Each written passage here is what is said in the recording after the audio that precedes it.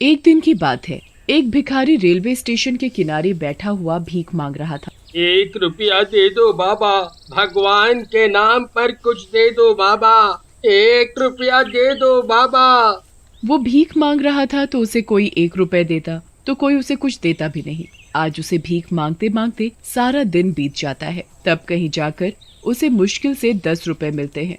1, 2, 3, 4, 5, 6, 7, 8, 9, 10। आज तो मुझे भीख भी नहीं मिली। भिखारी फिर भीख मांगने लगता है। अल्लाह के नाम पर कुछ दे दे बाबा, भगवान के नाम पर कुछ दे दे बाबा, भगवान तुम्हारा भला करेगा, भगवान तुम्हारा भला करेगा बाबा। भिखारी भीख मांगता जा रहा था पर कोई उसे भीख नहीं दे रहा था। ये नहीं कि कोई काम वाम कर लें, इन्हें तो बस भीख मांगने की आदत है। तभी एक आदमी उसके पास से जा रहा होता है। तभी वो भिखारी उसे देखकर भीख मांगने लगता है।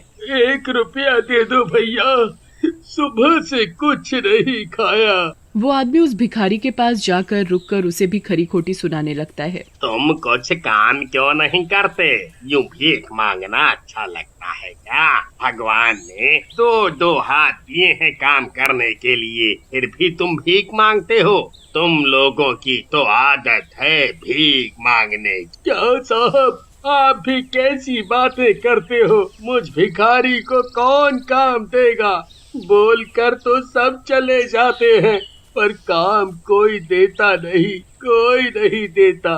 चलो हटो मेरे रास्ते से। सुबह सुबह पता नहीं कहाँ से आ जाते हैं ये लोग भीख मांगने। वो आदमी उस भिखारी को पैसे दिए बिना चला जाता है। भिखारी फिर वही स्टेशन पर जाकर बैठ जाता है और आवाज लगाने लगता है। भगवान के नाम पर कुछ दे दे बाबा, इस गरीब की दुआ लगेगी, कोई दे दे बाबा, सुबह से भूखा हूँ, भगवान के नाम पर दे दे बाबा, सुबह से कुछ नहीं खाया। साहब कुछ पैसे दे दो साहब, कुछ पैसे दे दो। वो आदमी जल्दी में था तो वो उस भिखारी को कोई जवाब नहीं देता और वहाँ से आगे जा रहा होता है।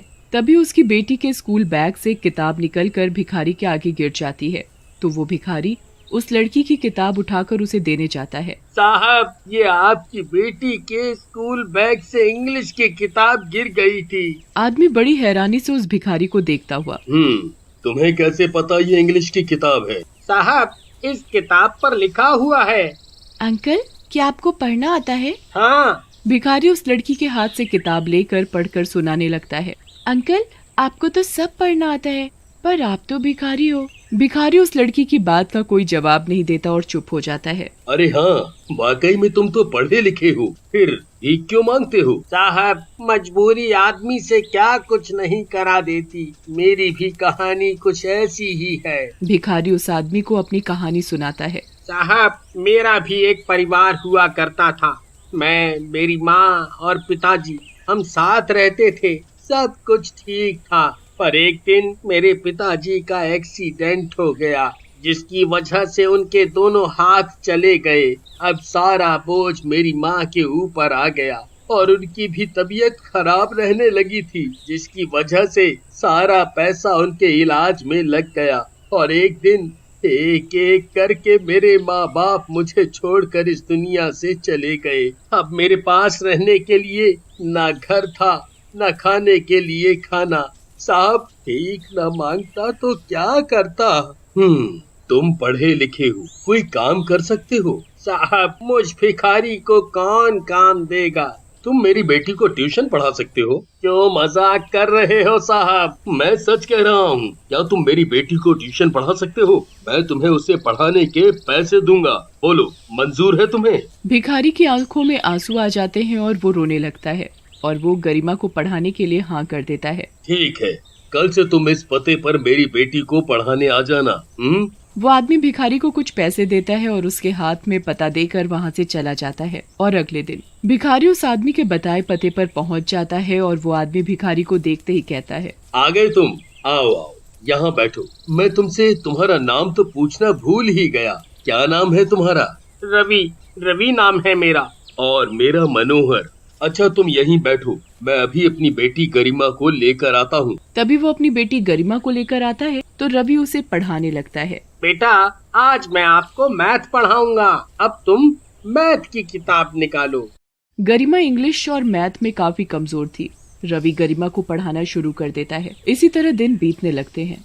गरिमा भी अब पहले से इंग्लिश और मैथ में ठीक होती जा रही थी। इसी तरह गरिमा को पढ़ाते पढ़ाते 1 महीना निकल जाता है। तभी मनोहर रवि के पास आकर उसे पैसे देता है। ये लो तुम्हारी मेहनत का 1000 रुपया।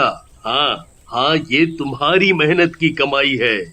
इसी तरह रवि हर रोज गरिमा को पढ़ाता और गरिमा भी उससे बड़े शौक से पढ़ती। गरिमा दिन पर दिन पढ़ाई में होशियार होती जा रही थी, जिसे देखकर स्कूल की टीचर भी गरिमा की तारीफ करने लगी थी। और एक दिन तो गरिमा ने सबको चौंका दिया जब वो पूरी क्लास में फर्स्ट आई।